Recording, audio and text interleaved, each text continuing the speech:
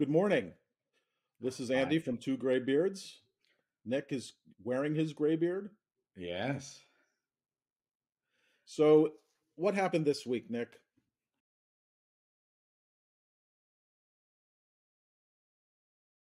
Ha. Not a lot, my friend. PCE actually was the one piece of data that I was looking forward to, and it was actually slightly colder than anticipated. But the data in Europe on inflation were, although the headlines were all lower, it was all base effects. The core was incredibly sticky and, in fact, still going higher. And that limited very much how much European bonds could do, and that limited how much US bonds could do. But really, the yield curve has been more or less stable all week, with the short end coming down in price, up in yield, because we went far too far on this banking fears, and everybody naturally got stopped out of their positions. Everybody has been anticipating that the Fed had been anticipating the Fed would hike more and therefore was short of the short end of the yield curve. And they were literally carried out and raped. I'm sorry to use that expression, but they were, by the banking crisis, which has now subsided. So It now we sure have has. so now we have a very stable yield curve back heading back towards the level that it was before it started. And therefore, we are in no man's land as far as bonds are concerned. They're giving me no reliable signals or no signals that we are at the extreme. What we saw on Friday, because PCE was slightly better than expected or feared, we had quite a bit of duration buying for the end of the quarter, basically rebalancing all portfolios, and that enables stocks to ramp at the close together with that famous JPM collar that I'm no doubt you will now mention. Yeah, so, quarter end is always, well, every month end has some rebalancing flows, and quarter ends often have some significant impact by a large structured product that exists. And this one was no exception. Basically, in very simple terms, depending on whether the collar, which was struck at the S&P cash of 4065, expires out of the money or in the money, you tend to get a self-perpetuating move. So if the market rallies, which it did on the PCE, it once it went through 4065, the very technical situation, along with the regular course of business flows that happen on quarter end, resulted in an extended rally. And we closed, as you would expect in situations very much like this, at the high of the day. And so I think that's was mostly what we talked about to look for in last week, which was it was the front end of the curve retracing based on a crazy stop out rally where yields fell tremendously in the prior week and then have now normalized, and the impact on the long end of the curve of that. There's also some duration buying because of rebalancing flows for quarter end. And so those combinations of things, along with a weaker than expected, lower than expected inflation data, resulted in a rally across all assets by Friday afternoon. What are we expecting for next week? I mean, has anything changed in the macro landscape that you can see from before the banking crisis, i.e., from Right. before March? Right. I mean, it seems like the banking crisis, as I think we have been saying since the beginning, was narrow. There was a few cockroaches, and there may be more. There typically are, but it's not a systemic risk. And so, since the day of the banking crisis, pretty much that was the low for assets across the board. Everything is higher since then. Not a lot, but higher since then. That seems to have, based on all the economic data and more importantly, all the Fed borrowing and lending and the programs that have been handled to deal with these various entities have caused the crisis to subside. One thing to note, though, is that on Friday, the $116 billion portfolios of bonds and mortgages, agency mortgages and bonds, held by the two closed banks that are now held by the FDIC, that was announced that they would now begin the process of liquidating those things. And so when I look at bonds, and I agree with Nick that the shape of the yield curve is sensible, the level of the yield curve is sensible. I look at duration supply and say that we know at least 116 billion is going to be for sale from the FDIC. Now, how quickly, we'll see, but for sale.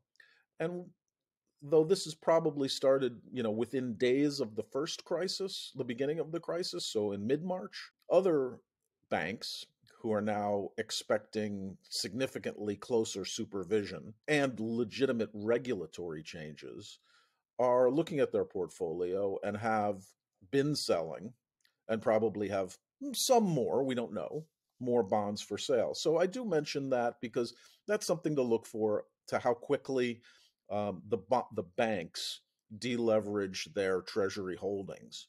And the big thing is the FDIC portfolio. But the next thing, which could be bigger or smaller, hard to tell, will be the result of significant regulations that are coming in in tandem with FDIC reform, which will undoubtedly increase the amount of insurance at a cost that depositors can receive. And so that's something to look for, but I don't expect, because that's a political and bureaucratic process, I don't expect that to be resolved immediately, like next week. But it is on the agenda, and that will affect supply. But right now, the banks are projecting what that may look like and deleveraging accordingly. Yeah, I agree that there's very little to do in bond land. I think bonds are going to be stable for the foreseeable future, i.e., certainly until NFP next Friday. So all we can look forward to in bonds is more trading around within the trading ranges that we've had this year.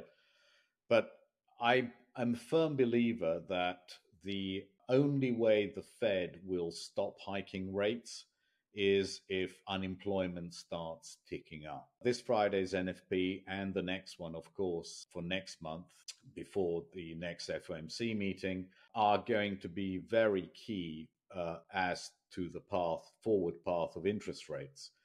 Therefore, if NFP this week on Friday is not weak, I think the short end of the curve will retrace further, i.e., yields will go further up, anticipating at least another 25 basis point hike by the Fed to a terminal rate somewhere around, above the 5% area, 5 to 5.25, and possibly another, 5.25 to 5.5. So there's very little hope for the short end and really the whole yield curve unless non-farm payroll starts becoming weak. That Right. will be the signal that actually we probably need to buy some more bonds. We're not seeing that at the moment. There is absolutely no reason to do anything in bonds. What do you think about equities? What do you think has happened this Right. quarter? Right. I prepared some graphs which I'm going to share that really tell the story of equities. Um, so if you look at this chart, which is the XLK, the XLK is tech. And if you look at this chart, you can see that I put it back to December 1st because I think that's an important time. And you can see that tech fell from 135 down to basically to 125 at quarter end. At year end.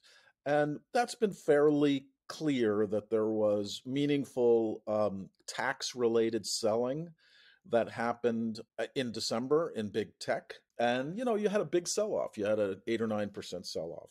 Now, soon after that, you can see literally from December 30th, tech rallied up till January 26th, right back to 135, where it standed on the 26th. What happened on the 26th was Microsoft bought ChatGPT and AI became the thing. And since then, tech has been, regardless of market moves, regardless that the S&P sold off big, has never broken the 135 level and closed at the high for the quarter at 151. And so that was the whole story. Now, there's a small other portion of that story which has nothing to do with AI, but does have to do with the tech selling. And you can see in this chart of XLY, which is consumer discretionary, but really is from a composition standpoint, Tesla and Amazon. If you remember back when we started Two Graybeards, we were long this and sold it basically here at 149-ish level. And it peaked about the same time that AI was announced, and people moved on from Amazon and Tesla to pure plays in AI. And since then has been basically staying at the same level, but does represent a pretty significant rally. Now, some other sectors, we all know about this sector, which is the banking sector. That's obviously fallen since March 9th. It was doing fine, but then for the year, but now is down substantially. We still don't feel very comfortable at all with the forward outlook for NIM and all the regulations. So we think this is dead money. But when we look at healthcare, that has been down for the year. And that's a significant portion of the S&P 500, and it's down, 4 or 5%. And energy, which is another area of that's important to the S&P 500, it's also down. So that sort of sums up the general picture of the sectors. Nick, what do you think? Yeah, no, it's very noticeable that basically the Dow Jones has done 0% for the year. And every other sector apart from XLK or XLY is within minus 2-3% or plus 2-3%. So literally no movement. The only stocks which have moved and the only have been the tech stocks and basically XLK. Had the had SPY, if it weren't a weighted index, it would be at zero. And therefore, that means that we are actually right being underweight the stock market, but we are wrong in being underweight the XLK. And as you say, XLK is all about AI.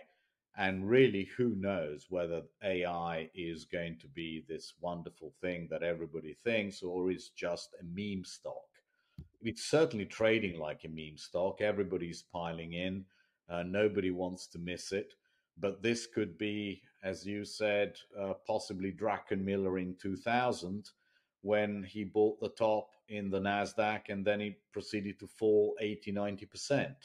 We just don't know. It's that kind of environment that it's impossible to tell.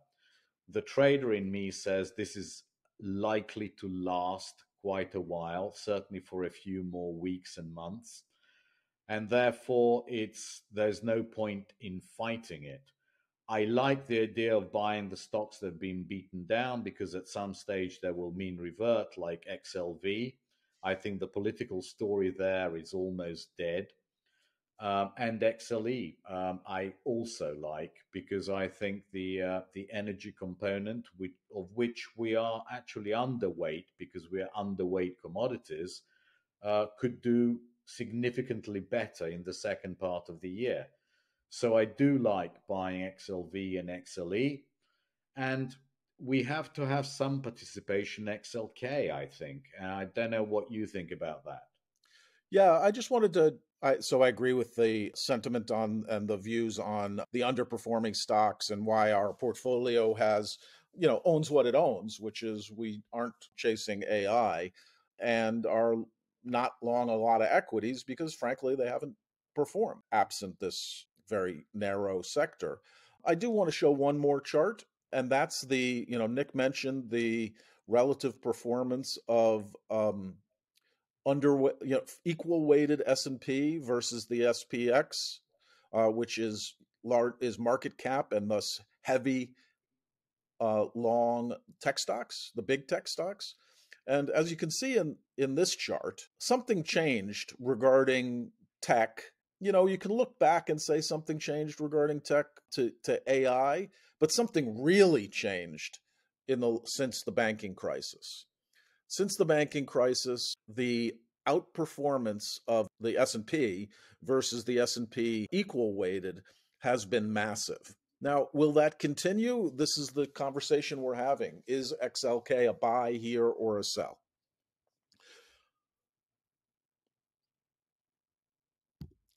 And coming back to whether XLK is a buy or a sell, I wouldn't buy it, but I do think there is something to this idea that some form of FOMO, some form of needing to own AI could continue to push these stocks higher.